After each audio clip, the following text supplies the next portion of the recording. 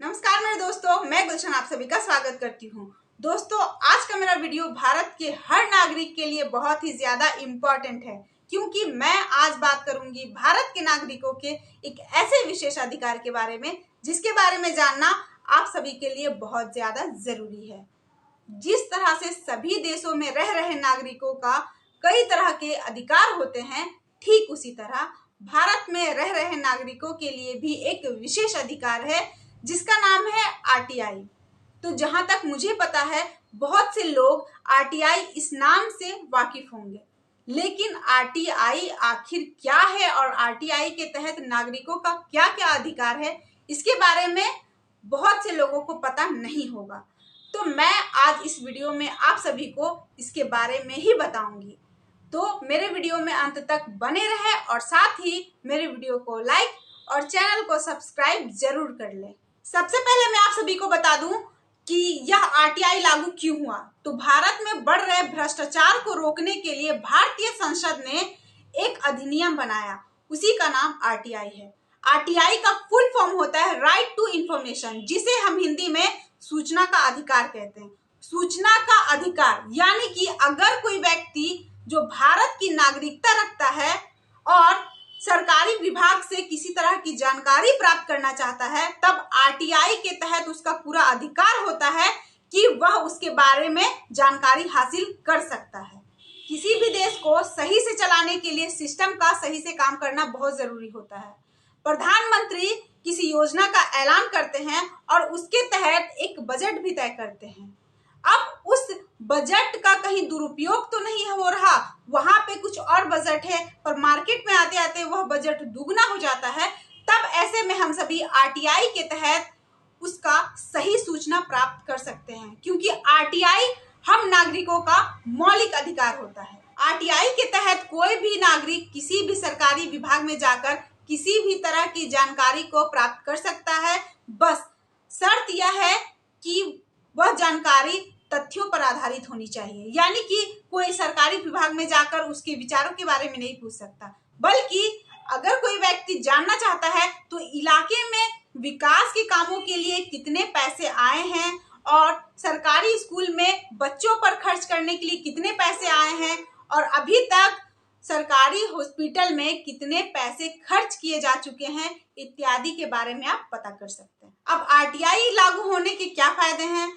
तो पहला, कोई भी नागरिक किसी भी गवर्नमेंट ऑफिस में जाकर किसी भी तरह की जानकारी को हासिल कर सकता है। दूसरा, आरटीआई के अधिकार आम जनता के पास सरकार के जो काम है उसमें पारदर्शिता लाने का कार्य करता है। तीसरा, इस अधिकार के तहत डिस्पेंसरी में कितनी दवाइयां आती है, पार्क और साफ सफाई में कितने पैसे खर्च हुए और किसी गवर्नमेंट ऑफिस में कितने लोगों की नियुक्ति हुई और इसके साथ ही सड़क बनाने में कितने पैसे खर्च हुए और कहां-कहां खर्च हुए, यह सभी की जानकारी आप आरटीआई के तहत हासिल कर सकते हैं।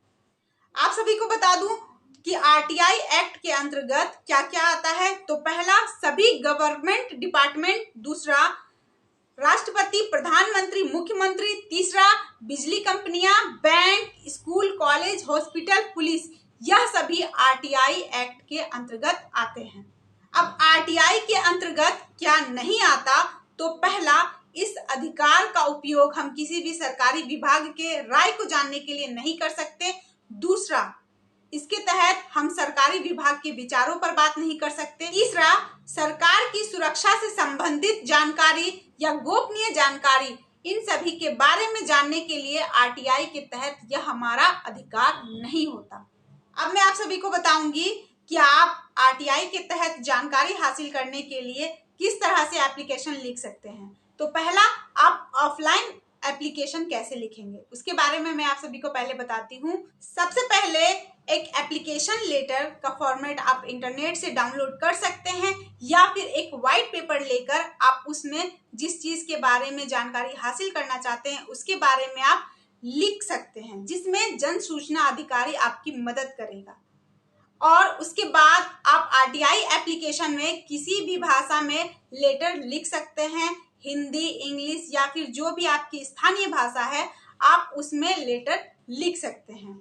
उसके बाद आप उस एप्लीकेशन का जेरोक्स करवा लें। एक कॉपी आप अपने पास रखें और एक कॉपी आप जन सूचना अधिकारी को दे दें।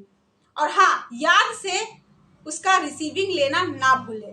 फिर लगभग 30 दिनों के अंदर आपको आपका जवाब मिल जाएगा। और अगर ऐसा नहीं होता है बाय चांस, तब आप ऐसे में कोर्ट में अपील कर सकते हैं। ऑनलाइन एप्लीकेशन कैसे लिखें? ऑनलाइन एप्लीकेशन लिखना बहुत आसान होता है। आपको ऑनलाइन आरटीआई फाइल करने के लिए इसके ऑफिशियल वेबसाइट में जाना होगा, जिसका लिंक मैं आप सभी को अपने डिस्क्रिप्शन में दे दूंगी। ऑनलाइन फॉर्म भरने के लिए आपको सबमिट रिक्वेस्ट के बटन पर क्लिक करना होगा। उसके बाद एक पेज खुलेगा जिसमें आपको गाइडलाइंस मिलेंगी।